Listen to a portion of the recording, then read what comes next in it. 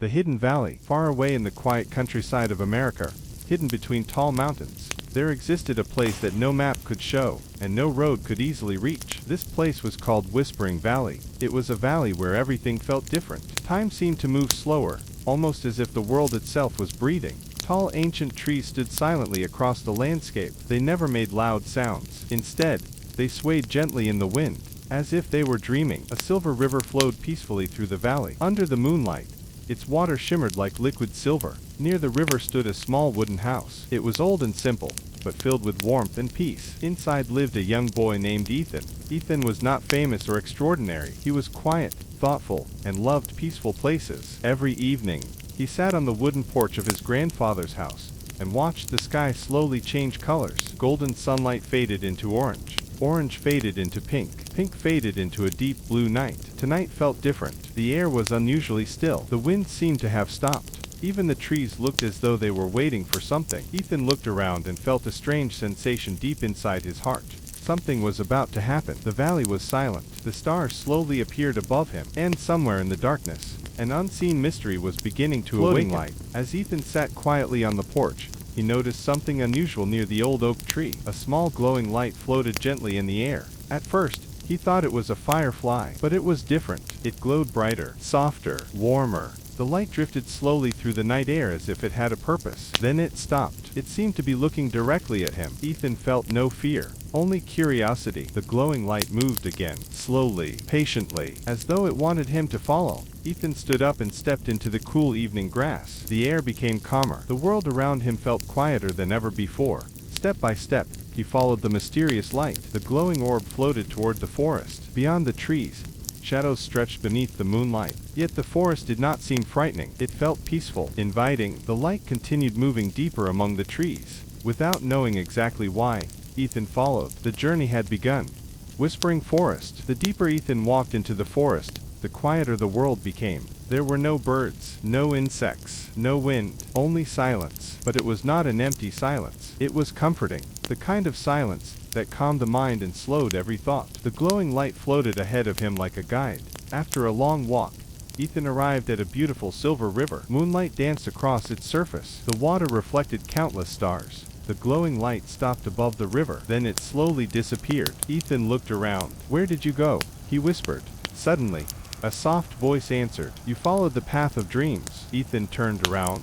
Standing behind him was an old woman wearing a long silver cloak. Her eyes sparkled like distant stars. Her presence felt calm and gentle. She smiled kindly. "I am the keeper of dreams," she said. The forest became even quieter, and Ethan realized that he had entered a place unlike anything he had ever known. 4. The Dream Realm. The keeper of dreams sat beside the silver river. She looked up at the sky. Then she began to speak. "Every night, when people across America fall asleep, their dreams travel here." Ethan listened carefully. The keeper raised her hand. The sky slowly transformed. Thousands of glowing lights appeared above the valley. Some were bright, some were dim, some flickered softly. "They are dreams," the keeper explained. "Every light carries a memory, a hope, a wish, or a fear." Ethan stared in amazement.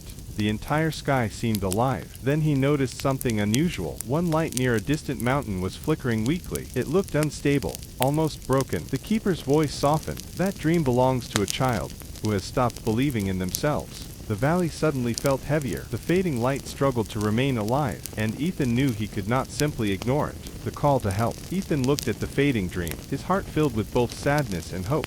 "Can we save it?" he asked. The keeper looked at him quietly. "Only if someone truly believes." Ethan nodded. "I believe." The keeper smiled. Together, they began their journey toward the distant mountain. They walked through glowing fields, past silent trees, across peaceful landscapes illuminated by moonlight. Eventually, they reached a broken wooden bridge. Below it flowed a glowing river. The bridge looked fragile. Ethan hesitated. The keeper spoke softly. "Fear is only doubt pretending to be real." Ethan took a deep breath. Then he stepped forward. The bridge shook beneath him, but it did not break. Step by step, they crossed safely, and continued toward the mountain where the fading dream waited. The light begins to heal. The golden light continued to grow, slowly, gently, like the first rays of morning sunlight touching a sleeping world. Ethan stood quietly on the mountain peak. The dream floated before him, no longer weak, no longer fading. The tiny light that had once struggled to survive was now glowing with warmth and life. The keeper of dreams watched silently. A peaceful smile appeared on her face. "You see," she said softly, "dreams do not disappear because they are weak." Ethan looked at her. The keeper continued, "They disappear when people stop believing in them." The wind moved gently across the mountain. For the first time that night, Ethan noticed something beautiful. Around the healed dream, hundreds of tiny lights began appearing. Small golden sparks floated through the air. Each spark danced like a firefly. But these were not fireflies. They were pieces of hope. Lost pieces of hope. Returning home, the mountain slowly became brighter. The darkness that had surrounded the broken dream began fading away. Ethan watched in amazement. The dream suddenly changed shape. The glowing sphere expanded gently, and within its light, images began to appear. Ethan saw a young girl. She was sitting alone beside a bedroom window. Outside her home, rain fell quietly. The girl looked sad, tired, defeated. The keeper stepped beside Ethan. "This is the dream's owner." Ethan watched carefully. The girl held a notebook in her hands. Many pages were filled with drawings. Beautiful drawings. Mountains, animals, forests, stars. Entire worlds created by imagination. Yet the girl looked unhappy. "Why is she sad?" Ethan asked. The keeper sighed softly. "Because she believes she is not good enough." The image continued. Ethan watched the girl close her notebook. Slowly, sadly, as though she had given up. The dream flickered. Not strongly this time, only slightly. The keeper spoke. "The dream is healing, but the child must heal too." Ethan remained silent, looking at the image, thinking. For the first time, he realized something. Everyone carried invisible struggles. Even children, even dreamers. The mountain became quiet once more. Then the image slowly disappeared. Only the golden dream remained, floating peacefully beneath the stars.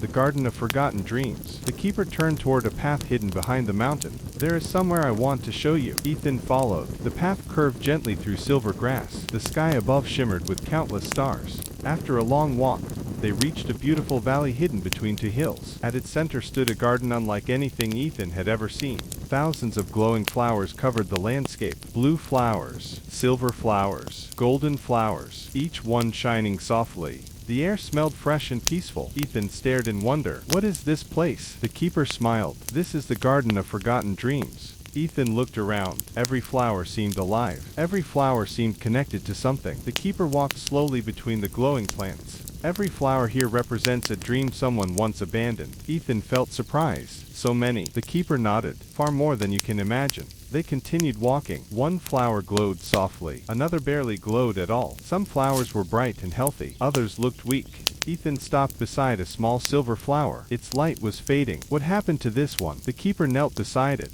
"A young boy wanted to become a musician." She touched the flower gently, but people told him he wasn't talented. The flower dimmed slightly. He stopped trying. The flower became even weaker. Ethan felt sadness in his chest. The keeper stood. "Many dreams are not destroyed by failure." She looked toward the horizon. "They are destroyed by fear." The words stayed in Ethan's mind. Fear, doubt, giving up. The garden stretched endlessly before them, a silent reminder of forgotten possibilities. And Ethan realized something important.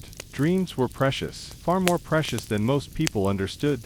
The river of memories. Beyond the Garden of Forgotten Dreams flowed another river. Unlike the silver river Ethan had seen before, this one glowed blue. Soft blue light moved beneath its surface. The keeper led Ethan toward it. "This is the river of memories." The water flowed peacefully, without sound, without waves. Ethan looked into the river. Suddenly, images appeared.